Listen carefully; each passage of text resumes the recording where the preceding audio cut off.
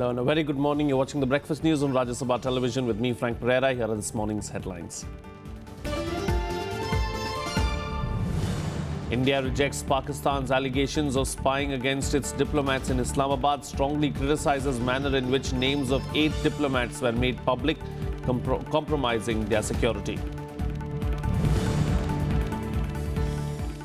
GST Council finalizes 4-tier structure with tax slabs of 5, 12, 18 and 28%. Zero tax rate to apply to 50% of the items in Consumer Price Index basket. National Green Tribunal seeks explanation from Delhi government over its plans to combat air pollution in National Capital. Environment Ministry calls meeting of NCR states to address the issue. Madhya Pradesh government orders judicial probe into Bhopal jailbreak. Retired Justice S.K. Pandey to probe the circumstances leading to jailbreak and subsequent encounter.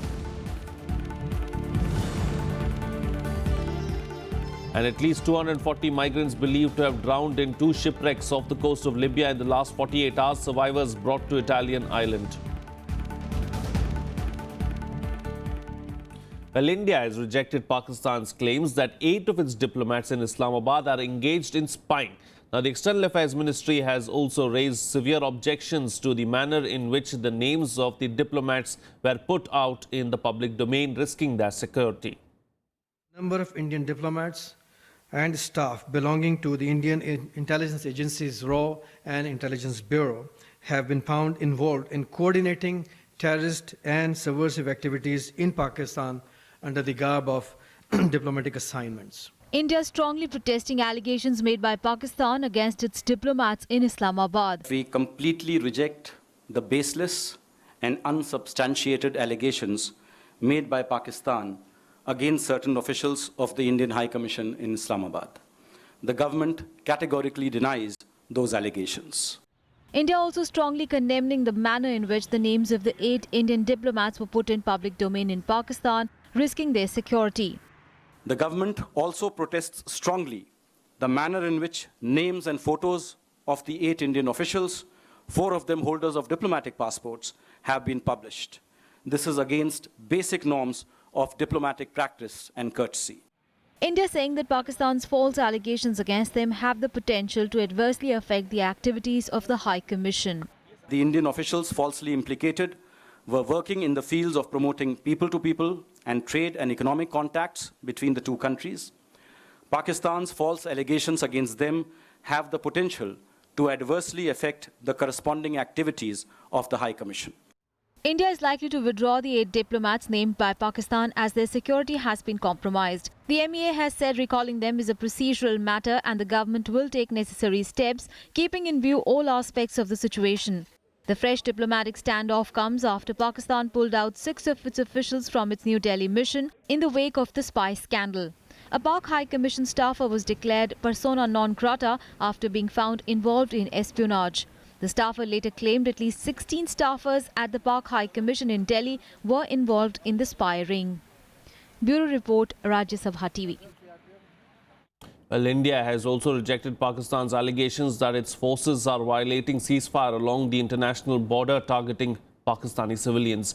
Meanwhile, Jammu and Kashmir Chief Minister has asked her party cadre to act as a bridge between people and the government. She also reviewed the situation in the wake of repeated ceasefire violations. Approximately 2/3 of the ceasefire violations this year by Pakistan have taken place in the last 5 weeks. So I think this is India rejecting Pakistan's claims of unprovoked firing by Indian security forces along the international border. We completely reject Pakistan's allegations of any unprovoked firing by our forces. I would like to remind you that we have lodged a strong protest with Pakistan on killing of our civilians and shelling by Pakistani forces. In fact, several districts along the international border and line of control, in several of these places, normal life has been affected, people have been displaced, and over 100 schools have been closed. The External Affairs Ministry saying India retaliates in a calibrated manner when provoked or when Pakistani forces give cover to infiltrators. As you are aware, our security forces neither initiate a ceasefire violation nor do they target civilians. They retaliate in a very calibrated and restrained manner when either their defensive posts or personnel are targeted, or cover fire is provided by the Pakistani army to allow infiltrators to cross the line of control. India once again reiterating that Pakistan's continued support to cross-border terror is a root cause of strained ties between the two sides. It is important for Pakistan to desist from those policies which are failed policies, which have led to its diplomatic isolation, as we have all seen. And unless and until that happens, I am afraid, relationship between the two countries will continue to remain like this. Jammu and Kashmir Chief Minister reviewed the security situation following cross-border firing in the Jammu region. Mehbooba Mufti sought details of makeshift arrangements made to accommodate people fleeing border areas. Senior Congress leader Ghulam Nabi Azad visited a hospital in Jammu where a child is being treated after being wounded in cross-border fire. He hit out at the central government, saying that the highest ceasefire violations have taken place during the NDA regime and that the surgical strikes have failed to give any respite to the people in the border areas. Meanwhile, a Lashkar terrorist has been arrested following operations by security forces in the Tajjar area of Kashmir's Sopore. Bureau Report, Rajya Sabha TV. Moving on now, Hindi news channel NDTV has been ordered by the government to be taken off the air for a day. The order will be effective post-midnight on the 9th of November till after midnight on the 10th of November. An international or rather interministerial panel constituted by the INB ministry recommended the action over the channel's coverage of the Pathankot terror attack in January. It concluded that crucial and strategically sensitive information was revealed about the IAF base while the operation was being carried out. The panel said that the channel appeared to give out the exact location of the remaining terrorists with regard to the sensitive assets in their vicinity in their telecast in real time. This is the first ever such order against a TV channel after norms regarding coverage of a terror attack were notified last year. In its reply to a show cause notice in January this year, NDTV India reportedly stated that it was a case of subjective interpretation and that most of the information they put out was already in public domain in print, electronic and social media. Well, in other news now, Congress Vice President Rahul Gandhi was detained twice on Thursday by the Delhi police for leading a protest march against the reported detention of family members of former ex-serviceman Ram Kishan Grewal. Rahul Gandhi was detained and released after 2 hours. However, the Delhi police said that it was done for his safety as the crowds had surged and was becoming unmanageable. Various forms of protests were seen at several places across India. The Congress party workers burnt the effigy of Prime Minister Narendra Modi and held candlelight marches against the detention.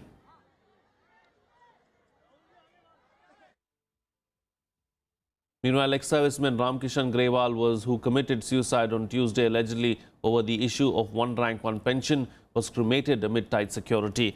The last rites took place in the presence of many political leaders, including Congress Vice President Rahul Gandhi and Delhi Chief Minister Arvind Kejriwal. Here's a report. Bamla, a small village 20 kilometers from Bhiwani district, became the center of the OROP controversy on Thursday. 70-year-old Ramkishan Grewal, an ex-serviceman who committed suicide on Tuesday in the national capital, was a former sarpanch of this village.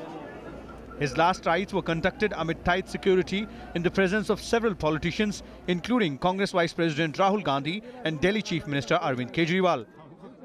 उनके गांव जा रहे हैं हम लोग रामकिशन जी का आज अंतिम संस्कार है तो उनके परिवार से वहां मिलके आएंगे कल तो यहां तो दिल्ली में तो इन लोगों ने मिलने नहीं दिया and they've had a terrible evening yesterday and they're very disturbed with the way they were handled yesterday, with the kind of statements which are being made. They are not speaking about it on camera, but that took me, they're very, very upset. So as I said, it's a double grieving for them. We are with the family and we are with the ex-servicemen, and we implore upon the government to pay heed to what the ex-servicemen and what the family is saying. Other opposition parties also joined in criticizing the government on the OROP issue. Understand what is the justification for stopping them from meeting the relatives of the deceased. If they are coming forward as an excuse that law and order problem, then it is their own failure. What is the law and order problem? You see, if in a public place, if some political leaders, representatives of the people, members of parliament, Rahul Gandhi, Ghulam Nabi Azad, Scindia, they are all members of parliament. You must have some respect for them. They represent people. Now, if they are prevented from entering public place, they are prevented from meeting aggrieved people, and you say that it is because of law and order. The government, however, put up a strong defense, saying it had implemented OROP as promised, while previous governments had failed to do so. But Defence Minister Manohar Parrikar also conceded that there was some technical problem in the dispersal process, which will be sorted out soon. अभी 1 लाख लोगों को इसका पूरा benefit मिलना बाकी है और उसमें थोड़ी टेक्निकल पेपर की डिफिकल्टी है, वो सब पूरी अगले 1-2 महीने में हम खत्म करेंगे। वो कांग्रेस के वर्कर थे, कांग्रेस की टिकट पर सरपंच बने हुए थे, लेकिन हमारे सैनिक थे। उनके निधन पर दुख है। कोई भी अगर आत्महत्या करता है तो उसके ऊपर दुख होता है, लेकिन जो समस्याएं उनकी निकल कर आ रही हैं वो वन रैंक वन पेंशन से ताल्लुक नहीं रखती थी। Meanwhile, Delhi and Haryana governments announced an ex gratia of 1 crore and 10 lakh rupees each for Grewal's family members. But that may not be the end of war of words between the government and the opposition on the OROP issue. Vishal Dahiya, Rajya Sabha TV. Well, here's a look at what else is slated to take place during the course of the day in our segment, The Day Ahead. National Security Advisor Ajit Doval will meet China's State Councillor Yang Jiechi today to discuss a range of bilateral, regional and global issues in Hyderabad. There will be also a discussion on measures to improve bilateral ties, which are strained by differences over a host of issues, including India's admission into NSG and Beijing's attempts to block UN ban on JEM chief Masood Azhar. Health and Family Welfare Minister JP Nadda will launch Pradhan Mantri Surakshit Matritva Abhiyan in New Delhi today to boost the healthcare facilities for the pregnant women, especially the poor. Under this scheme, pregnant women will be given free health checkup and required treatment for free on the 9th of every month. The scheme will be applicable for pregnant women to avail in all government hospitals across the country. The Haryana government will convene a special session of the Vidhan Sabha today to celebrate the state's Golden Jubilee year. The Vidhan Sabha session would be attended by former and sitting MPs and MLAs of the state. Some economic news now. A 4-tier GST tax structure of 5, 12, 18 and 28% will, with lower rates for essential items and the highest for luxury and demerit goods, was decided by the GST Council on Thursday. With a view to keep inflation under check, essential items including food, which presently constitute roughly half of the consumer inflation basket, will be taxed at zero rate. Here are the details. The GST Council decided a 4-tier rate structure. Food grains have been kept in zero tax category, while 5% tax has been fixed for mass consumption items. A higher tax rate of 28% has been fixed for luxury cars, pan masala and aerated drinks and tobacco. The Secretaries Committee is expected to decide a slab-wise inclusion of different goods. Taxation on gold will be decided upon the revenue flexibility. And it was decided that food grain used by common people would be in this category.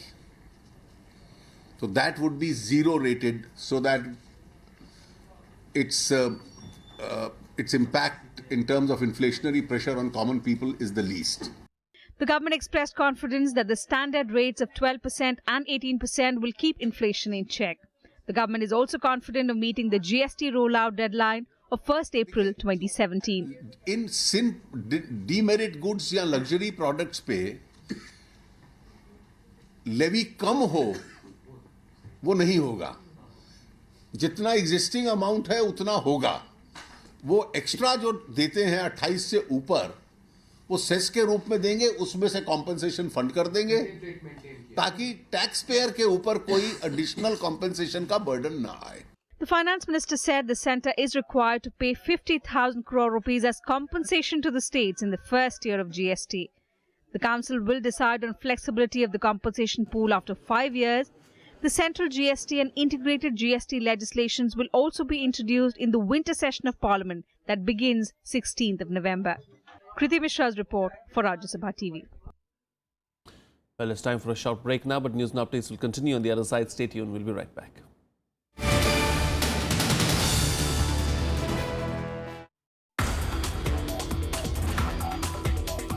Cassava is planted at a spacing of 90 centimeter apart.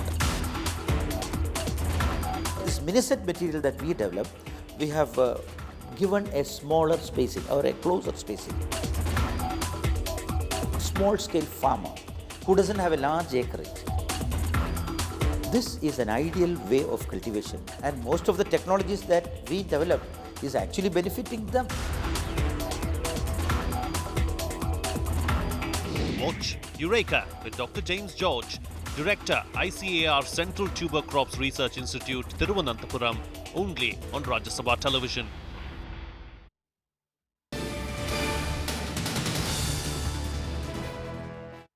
Welcome back. You're watching Rajya Sabha television. Well, with sudden rise in pollution levels in the national capital region, the Union Environment Minister Anil Madhav Dave has called for an interstate secretarial meeting today. The National Green Tribunal has come down heavily on the Delhi government over its remarks on pollution and has asked them what measures have been taken to control pollution in the city. With pollution levels alarmingly high in New Delhi, Union Environment Minister Anil Madhav Dave on Thursday said his ministry will soon issue an advisory to the states concerned on tackling air pollution. A secretarial meeting of the NCR states is expected to be held later today to come up with an amicable solution. मैंने अपने secretary को कहा है तो secretary साहब कल सारे state secretaries की बैठक करेंगे आजू बाजू के राज्यों की। उसके बाद में मैं सारे मंत्रियों के साथ बैठ करके बात करूंगा और फिर हम एक सुझाव, एक एडवाइजरी, एक रोड मैप सबके सामने रखेंगे। The National Green Tribunal or NGT came down heavily on the Delhi government for claiming that dengue cases have declined due to stoppage of mosquito breeding caused by rising air pollution. The tribunal asked the Delhi government what it has done for the health of the people in the national capital. The matter will be heard today. The national capital has been engulfed in a thick cover of pollutant-laden smog for the past few days, forcing residents to inhale severe quality air which is considered to be worst in 17 years. Several environment agencies have requested the Delhi government to issue health alerts and convey that children should stay indoors due to peaking air pollution. सबसे बड़ी advisory ये कहूँगा कि लोग pollution फैलाने में बिल्कुल योगदान ना दें। व्हीकल सिर्फ उतने ही चलाएं जितनी ज़रूरत हो, कम से कम इसमें बढ़ाएं तो ना सही। Delhi's health minister held an interministerial meet to combat the pollution menace and said that crop burning in Punjab and Haryana is one of the major factors behind the spiraling levels of pollutants. The Delhi government has requested the centre to take strict action against crop burning in neighbouring states, especially Punjab and Haryana.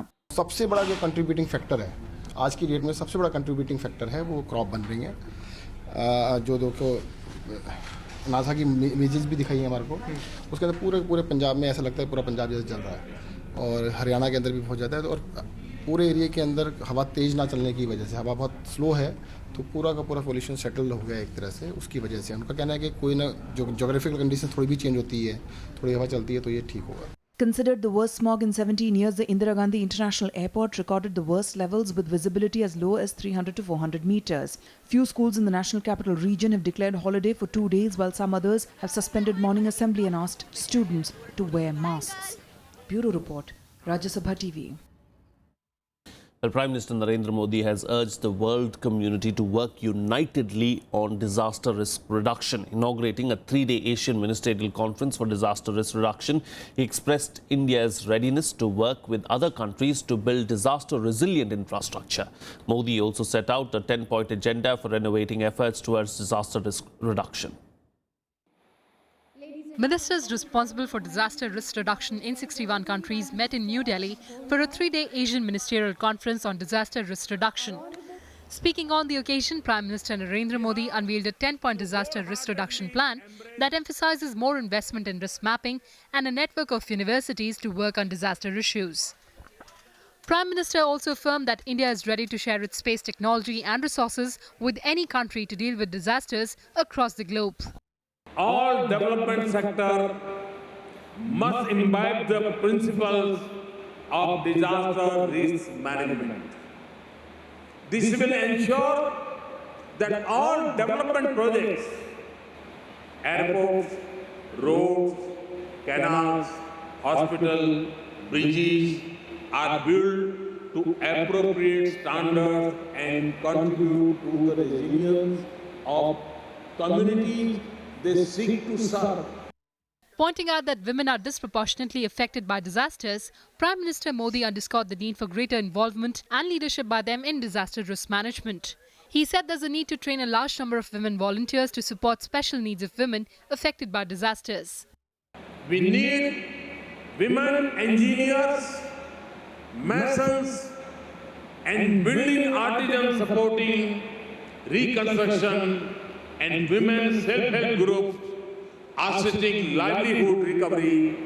The conference will adopt the Asian Regional Plan for implementation of the Sendai Framework endorsed by the Asian countries. Sendai Framework is the first major agreement of the post-2015 development agenda and identifies targets and priority action areas towards reducing disasters.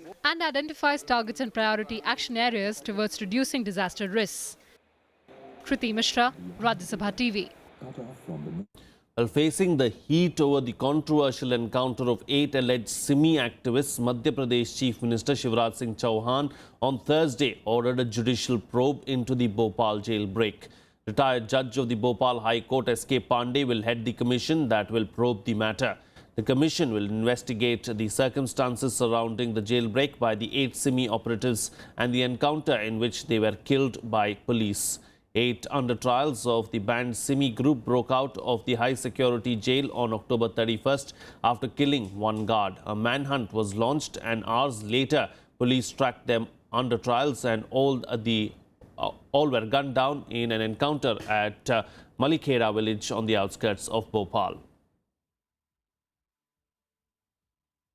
Well, time for another quick breather on the program right now, but international news on the other side. Stay tuned. We'll be right back.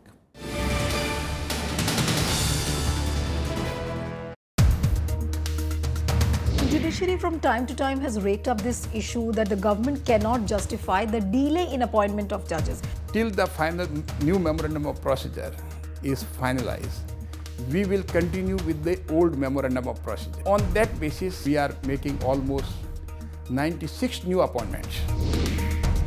Quota and the sub-quota, within the judiciary. Timing when Prime Minister has made this statement with an eye on elections in important states like UP and Punjab. Every development should not be seen with the eye of the political move. Watch to the point with Minister of State for Law and Justice, Mr. P.P. Chaudhary, only on Rajya Sabha television.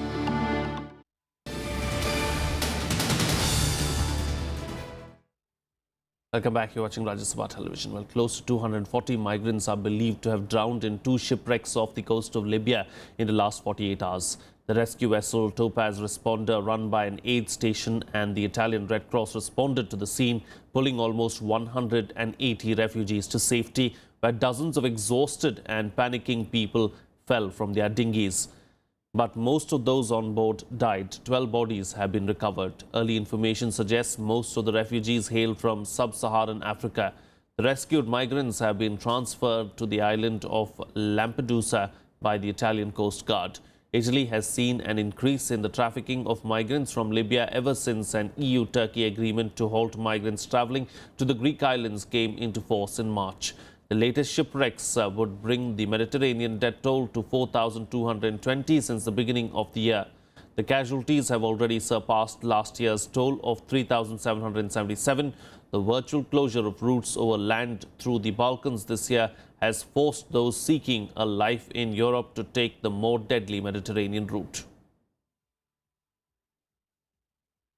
News from Afghanistan now, where at least 30 civilians, including women and children, have been killed and dozens wounded in a NATO airstrike in the northern province of Kunduz. 46 others have been wounded in airstrikes that were carried in support of US and Afghan forces during an attack targeting Taliban commanders. There had been heavy fighting overnight a few kilometers outside the Kunduz city centre, which Taliban fighters succeeded in entering last month before being driven out. The strikes were called after Afghan forces came under fire by the Taliban. 2 American soldiers were also killed in the operation. However, the civilian death sparked angry protests among locals, with relatives rallying with the coffins of the victims to the governor's office. The deaths underline the precarious security situation around Kunduz, which Taliban fighters came close to overrunning last month. While the city itself was secured, the Taliban controls large areas of the surrounding province. In more international news now, the British government's plan for leaving the European Union has been thrown into uncertainty.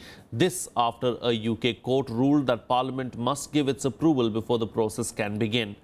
The court's decision is a significant blow to Prime Minister Theresa May, who had to begin the legal steps for leaving the EU by the end of March next year and to prepare for the negotiations over Britain's exit.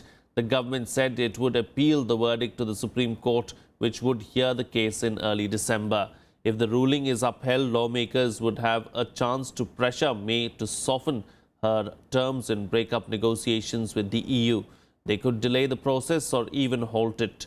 May took office in July with a Conservative Party leadership election after her predecessor, David Cameron, resigned when his stay camp lost the Brexit vote.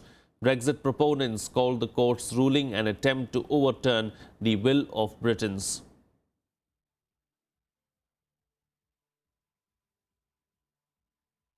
The people have spoken in this. We've had the biggest mandate in history. The result of the referendum must be respected. Parliament voted by 6-1 to give the decision to the people. No ifs or buts. And that's why we are appealing this to get on with delivering the best deal for Britain. Well, with just 5 days until the US election, Donald Trump's wife Melania had made her first solo campaign appearance in suburban Philadelphia on Thursday.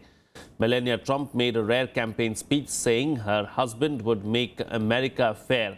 She also vowed to fight online bullying and campaign against a culture that has gotten too mean and too rough. This was Melania's first public speech since the Republican National Convention, where she came under criticism for plagiarizing some lines from a previous Michelle Obama speech. As the latest batch of opinion polls suggested the race is becoming tighter, Donald Trump and Hillary Clinton held rallies in battleground states, while Clinton headed to Detroit, where a large turnout of black voters is key to her success.